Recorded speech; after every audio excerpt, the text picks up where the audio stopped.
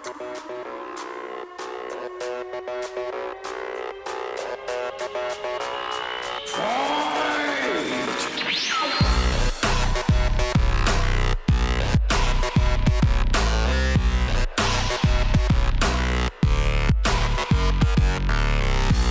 everyone, it is episode 14 of this Treasure Inside edition, and it is March 25th of 2025. Can you believe it? And we have two hosts here today. We have, first of all, Management, how are you doing this week? Doing great. Got a lot of work done around my house, so I'm finally back to treasure hunting. Well, that's great, and I think you've come up with a bunch of stuff this week that I'd love to get into. And last but not least, we have our prodigal son, Max, with us tonight. Max, how are you doing? It's been a few episodes. Yeah, it's good to be back. Not too bad. How's everyone else doing? I'm doing well, but from what I understand, you're in the middle of Ramadan and you don't get any food or any water through this period. So you're like half hour, an hour away from being able to drink some water, and you're using your last moisture in your mouth to talk to us.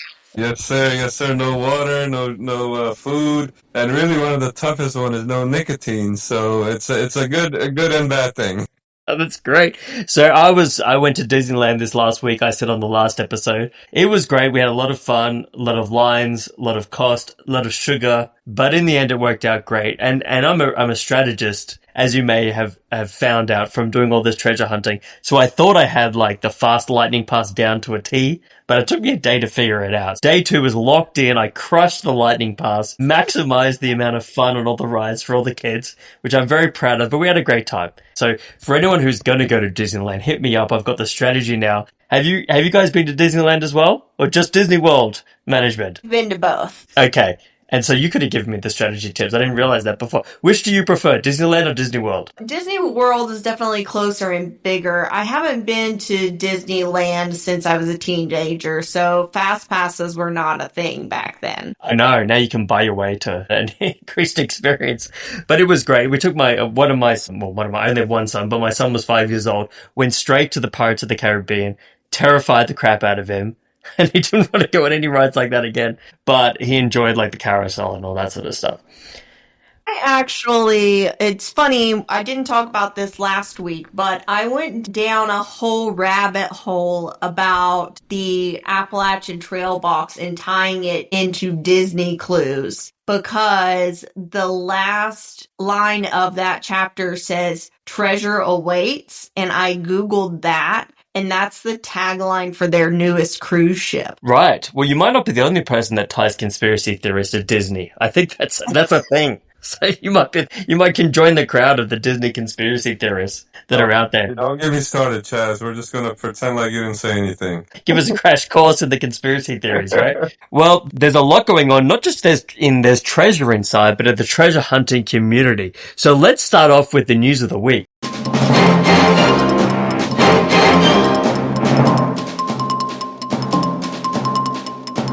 All right, so it is a big week for treasure hunting. Golden Greed is released on Netflix this Thursday. Of course, we're going to put the link to the official trailer in the show notes. It looks pretty exciting. A lot of the original Forest Fen hunters and characters in there. So it'll be a lot of old faces for people who were part of the Fen hunt. So that'll be exciting for them. And it'll be a great way to introduce people to a little bit of the history of treasure hunting. Well, it's very possible that people have watched that documentary, searched for treasure hunting, found us already. We are looking into the future. So for the people that have come to us through watching that documentary, through searching treasure hunting, welcome to the treasure hunting community. It's a community where people get to have fun, go out in nature, find treasure that other people put out there for free. It's a fun experience, and I think anyone who joins it has a lot in front of them and a lot of fun to be had. Yeah, so whether you're doing the Beyond the Map's Edge hunt or you've turned into a There's Treasure Inside person, welcome. And all new treasure hunters are your friends. We try to break everything down to where it's more digestible, and there's a lot of information out there. A lot of it's repeated, so we try to break it down into bite-sized pieces for you.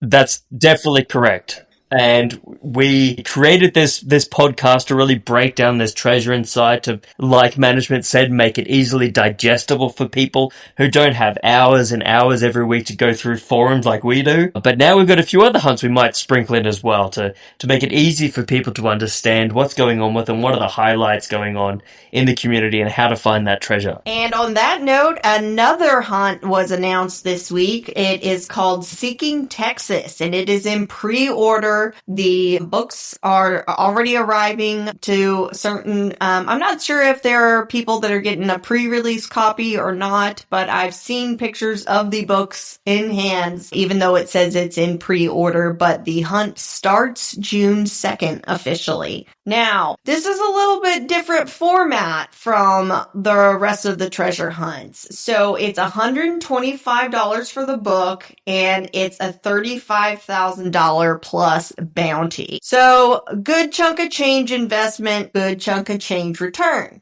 Every book purchase adds $5 to the bounty, and there is no limit on the number of books sold. I know that some treasure hunts, didn't you do one, Chaz, that there was only a certain number of books available? I did, and that was an interesting thing I was just thinking about, is it's a very different type of hunt in that it costs a lot more, therefore you have a much more limited set of people, so it feels like a much tighter community of people together, and you have a much higher chance of solving the treasure hunt. So I was thinking about this too, that it's very similar, that if you're the type of person that wants to have a higher chance of solving a hunt that maybe isn't worth quite as much, but you have a legitimate shot of winning it, this could be for you. Especially if you live in Texas. Right. I mean, Texas is no small state. I'm not very familiar with the geography of Texas, so I'll probably sit this one out. I think you have to know a little bit about the local area in order to really solve these hunts. But another interesting twist to this one is that there is a time limit on the solve of 3 years, which is pretty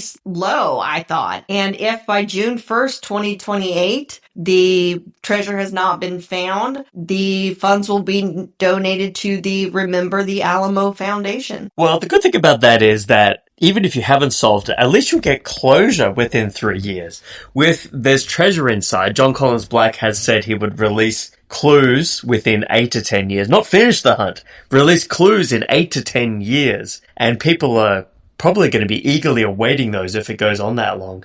At least within 3 years, if it hasn't been solved, you get the answers on how it can be solved at least. Yeah, I have some mixed feelings on this too. The price of the book is definitely almost more than double. And then I wish they would have put more than the $5 onto each book sale, but it makes sense when you explained it the way you did, that it's going to be a smaller community. And I am pretty familiar with Texas, but I spent about a year and a half there in the 3 major cities. I might take a look at some of the forums, some of the different groups that are chatting about it, if there are any, and see if maybe I can get interested in it. Now, I also like that 3-year limit, but I don't know if some of the people that are going to invest in the book will be too happy about it. So it is $125, but for those of us who are into aesthetics, it actually comes in a really nice spiral-bound collector's edition style coffee table book. And it comes with a limited edition black wing pen, which is apparently like a very famous writing utensil, I guess. So they've made it a piece of art in itself on top of, it having the treasure hunt inside of it. Well, when you think about it, $125, you'd spend that going on any sort of entertainment. If you went to a show, out to dinner, in one go you would blow that easily, right? From 2 people. So if you were to spend that money and you get a really cool experience that someone has designed for you as entertainment, and there's $35,000 to be won, where you could make your money back and more. I mean, really, I think it's really not that too much of an ask. You have to think about the fact that people have put a lot of time and thought into this to create this experience for you. So it's not like you're just spending $25 on nothing. You get an experience, you get a chance at winning a bunch of money, which you could easily spend in one go somewhere else for the same type of entertainment. Yeah, I agree. Especially it's narrowed down, right? It's not as vague. It's in Texas, and yeah, if you're going to go there, if you live there, it does narrow it down in that aspect too. So yeah, I agree. I mean, 125 isn't too much. I'm sure your Disney trip was times 10 that with all the Exactly. food and everything. It definitely was. It's definitely a little bit of girl math, but the $50 that I spent on the There's Treasure Inside book, I mean, I remember being like, $50 for this book? Holy moly. I have definitely saved $50 by the number of Friday and Saturday nights I've spent behind my computer trying to solve this thing rather than out drinking, partying, doing whatever. And I've made a lot of new friends, probably more than I would have if I was out in town doing the thing.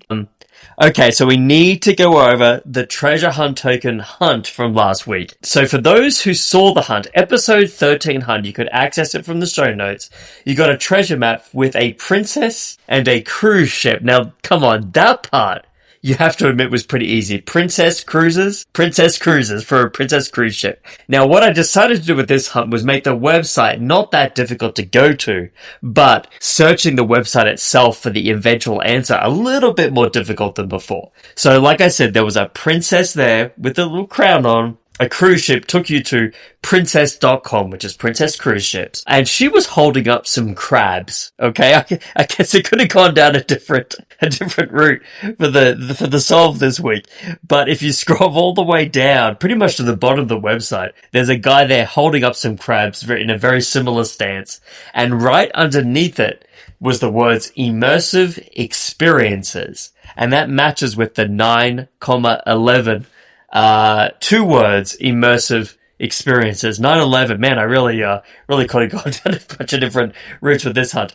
But that's what it was, immersive experiences. Okay, so that was the answer to this hunt. Now, you will never guess.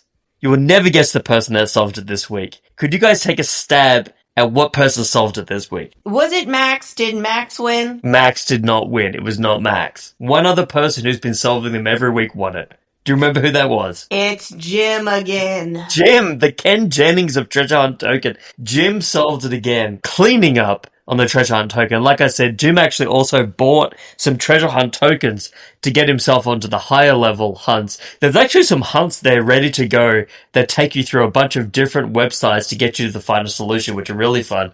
If you wanted to purchase some Treasure Hunt tokens, they only cost about $20 to get to that higher level. What we're going to do this week, though, is we're going to create a new hunt. Let's say it's $25. This time, though, we're going to make it a lucky draw. So we'll set a start and an end time, and anyone who solves it within that window will get into a lucky draw, which the website will choose someone to get that prize money. So Jim will still be in it, probably be very quick to solve it, but everyone else will have an opportunity this week to solve the hunt and get a chance at that prize. Does that sound like a good plan? Sounds really nice. I think it gives everybody a little bit of a chance to beat Jim, which is not the code this week, but it is completely random, right? Completely random. What should our code be this week for our listeners? You get to choose. I'll let Max choose. Max hasn't been here in a while. Yeah, Max, what's our code this week? Let's see, a good code for this week. I don't want to make it too anti-Jim, but I almost want to.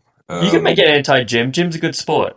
Okay. No Jim this week. All one word? All one word, no space. No Jim this week. Okay, that's going to be our code for this week. Sounds good. We'll put the link in the show notes. For those who don't know, there's a little treasure map here, a little photo. Takes you to a website where you find the answer. This week was still pretty easy, but you'll get a chance at doing it to win this week. And if you win, you'll buy some treasure hunt tokens, get you access to more hunts, and it will keep going for you like that. Good luck, everybody. Good times. I'm so excited to bring more people into the treasure hunt token community. So just recycle your winnings and you get more puzzles.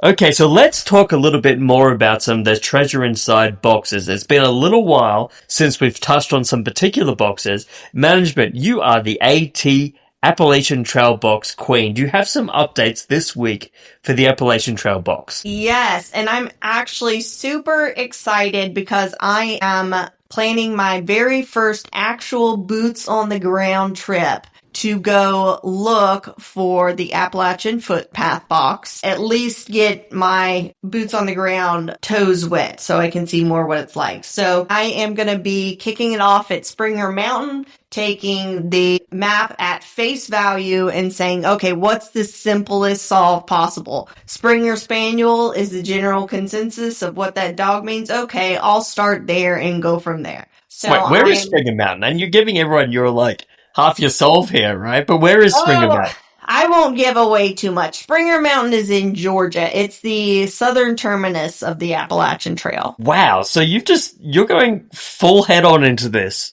Do you have, like, what do you consider, like, a complete solve? Or how much do you think everything lines up for you? I don't think it's a complete solve. I'm going and hoping that I can make some things line up to return later. I've actually already hiked this section of the Appalachian Trail before, so I'm pretty familiar with it. I've also got a lot of friends in Atlanta, so it makes an easy trip, and I can just stay with friends rather than like have to get hotels and all that madness. So it sounds like you hope it's there. And you're going to go out there hoping it's there because that's the easiest place to go to. Right. So other than the map matching the trail at Little Rock Pond being too obvious, the next most obvious clue is the Springer Spaniel dog lining up with the Springer Mountain start of the trail. So, I mean, I'm not going to be going to Vermont anytime soon, but I think that there are a few things and I have some ideas that I'm not going to share related to that general area and the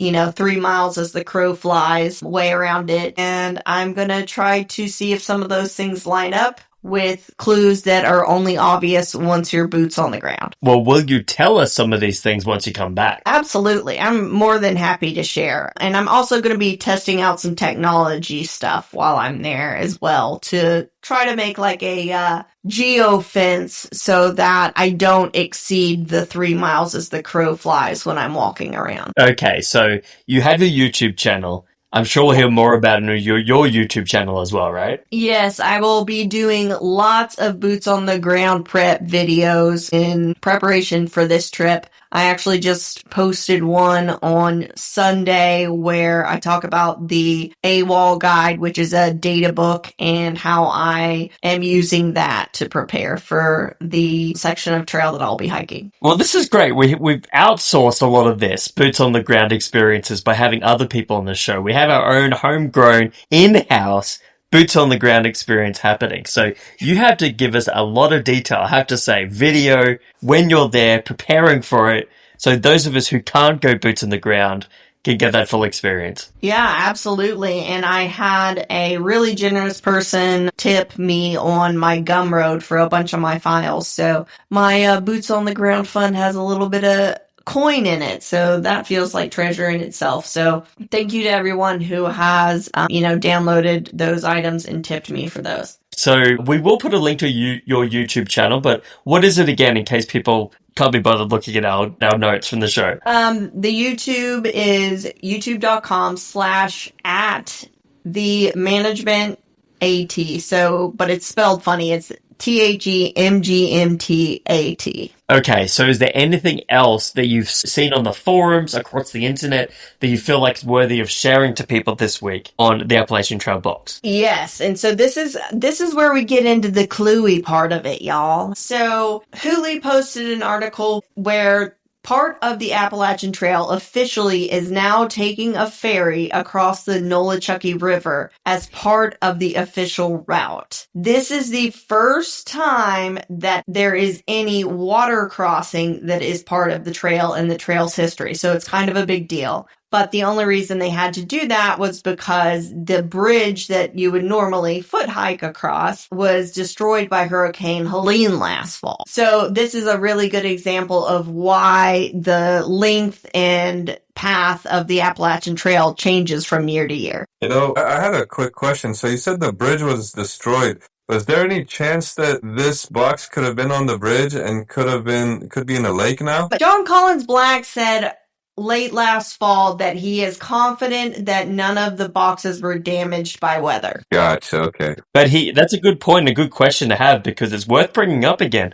I did hear him say in an interview recently that if he suspects that it has been washed away or taken away, he may go back and search the area to make sure it's still good. But he also said if it's temporarily inaccessible for a year or two, he's not going to say anything. Because that would give too much away. If you said, hey, by the way, guys, it's not accessible anymore for a little bit, it would really narrow down where the box is. He said, if you think you know where it is and it's not accessible for a year or two, just wait until it's accessible again. But if it really has been washed away, he'll go and find it and see where it was and let everyone know that it's gone. Like hundreds of thousands of dollars of treasure could be completely gone. Yeah, which interview was that? I can't remember. I've watched so many of them. Okay. You just have to trust me. That's what he said. Yeah, the reason why that thought came to my mind was that, that little, we have a couple real life treasure hunts that I was trying to stash for a treasure hunt token, and I had to change one of the locations because it was a really good area, really good view.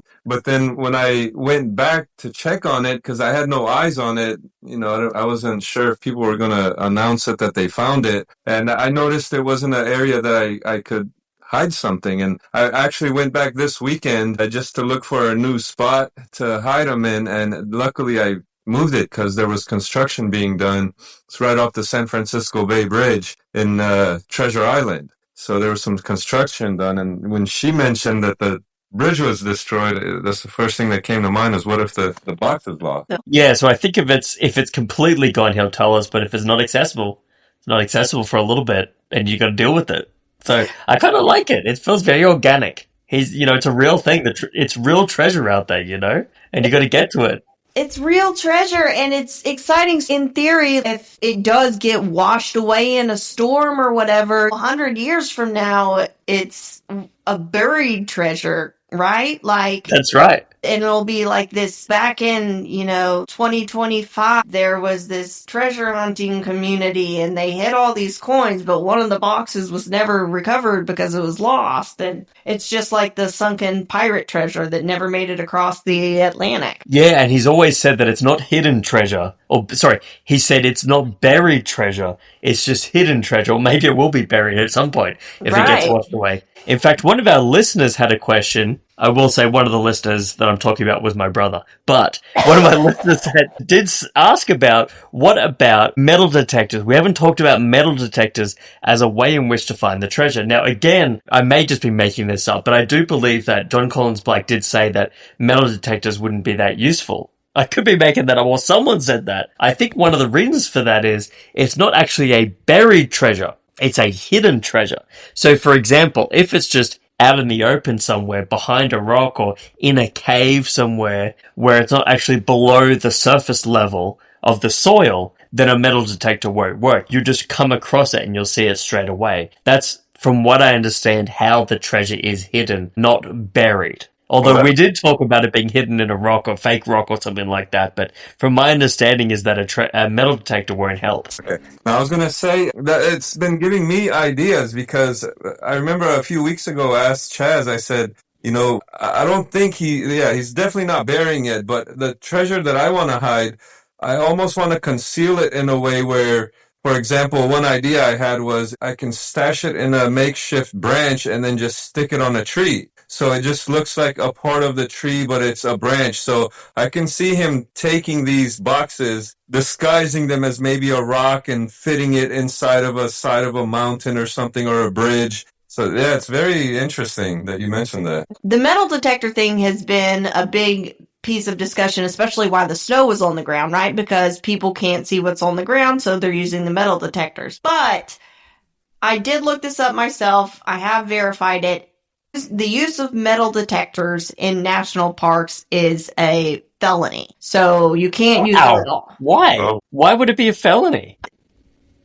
I'm guessing because if you do find something, they don't want you to disturb the soil. And also, I All think right. they don't want people going around looking for gold like the old days on national parks. Yeah, the temptation's just too great there. Or is it that there's hidden bodies there they don't want discovered? It sounds like they're going really hard on the metal detector thing. Yeah, I mean, it's, I don't know, that's been a big point of discussion since the beginning. If not metal detectors, I'm sure there could be some other kind of instrument. There has to be some kind of sonar or something that might show a little hollow area in certain areas. Because I'm into gemstones, and there's a lot of mines out in Afghanistan with rubies and emeralds, and they're always asking for the newest and latest technology. So if we can find out one of the items in there, then it would be a little bit easier. We can find a specific instrument, not a metal detector. And maybe that'll get us around the whole metal detector ban. And maybe that's why he didn't say which treasures were inside the Appalachian Footpath box.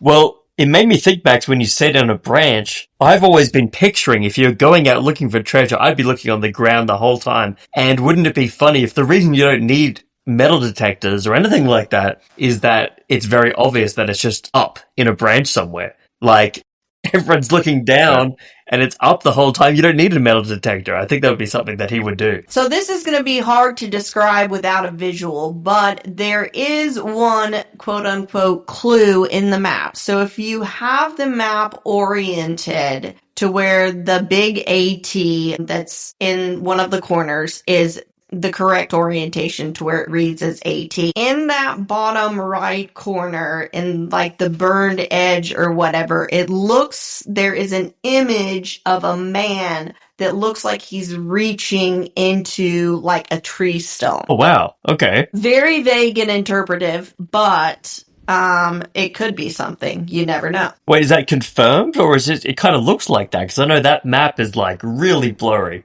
with some of those It's like things. everything else. It kind of looks like that. Like you can see it if you see it. But then some people are like, nah, no way. Okay, I'm going to go check it out. I have the book right here, but I'm not going to do it live.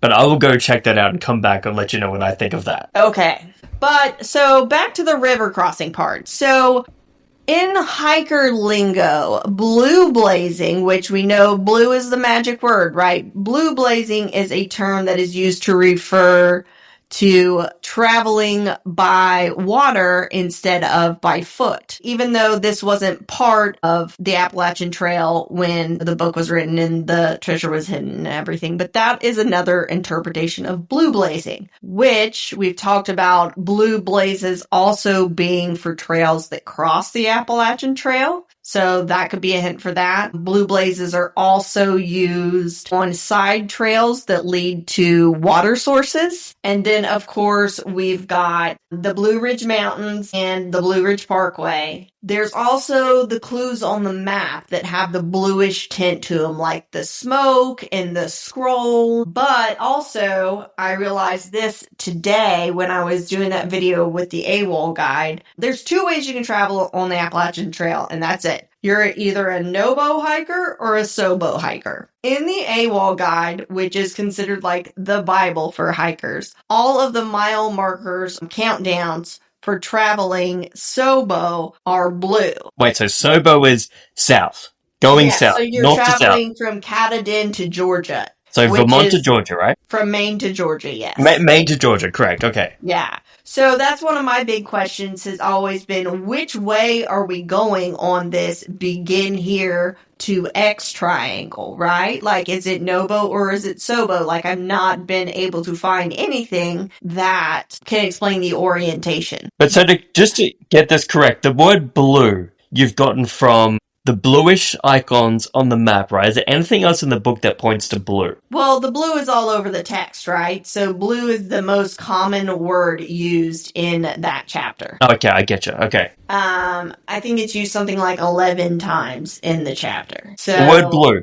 The word blue. Oh, okay, I did not realize that. Okay, that sounds great. Yeah, so if we're traveling southbound because we're tying into the blue clue, it would be able to explain the shape of the map elsewhere other than Little Rock Pond. Blue's Clues. Blue's Clues. Couldn't I don't resist. know.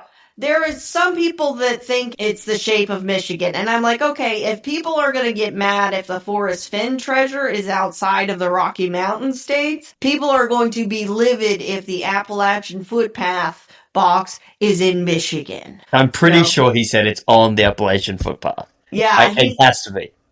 It says question mark at the end of that, but, Okay, so let's recap. There's a bunch of the word blue in the chapter. There's bluish icons on it. You think blue blaze may refer to traveling by water, crossing trail across the Appalachian Trail, and also the direction of where you walk from north to south is, what do you call it? Blue something. It just in the AWOL data guide, it's color coded so that if you're traveling northbound from Georgia to Maine, you're looking at the green numbers. If you're traveling southbound from Maine to Georgia, the numbers are coded in blue. So for anyone listening, if they have a sense of the Appalachian Trail, they've read the chapter that something relates to blue, they could be on the right track and could tie into your clue here. Yeah, I mean, all of these clues could tie into something that has to do with blue. Okay. Well, that will pretty much do it for this week. It went by so fast this week talking about the Appalachian Trail box. We have a lot more clues and other topics to go through, but let's save it for next week. So thanks for listening to this Treasure Inside edition. It's a community podcast for this Treasure Inside by John Collins Black. We have a website, by the way, treasureinside.edition.com, or email us at thisTreasureInsideEdition@gmail.com. By the way, it really helps us out. Don't forget to subscribe, like, and review the podcast wherever you're listening to it. YouTube, Spotify, Apple Podcasts. There's a bunch of places that people are listening. Go right now, subscribe to us, like it, review it. It'll really help us out. By the way, if you want to help out even more, we've got a video on how to buy treasure hunt tokens at treasurehunttoken.com. You can go buy some treasure hunt tokens, go and do some of these higher level hunts. That will really help the show out as well. So management, Max, anything big happening this week for you two? No, sir. Just finish up this month of fasting, and hopefully by Sunday will be a big festival. Wishing everybody safe and a happy week until next time. But no, that's about it for me. I'll just be having my head down in the books, trying to prepare as best I can for this trip because I'm so excited. I'm excited for you, and we'll be following a lot on your videos on your YouTube channel. But thanks everyone. We will be back next week with more clues. I'll go through some more past and future box stuff next week, and we will talk to you in a week's time. All right, sounds good. Thanks everyone. Bye, everyone.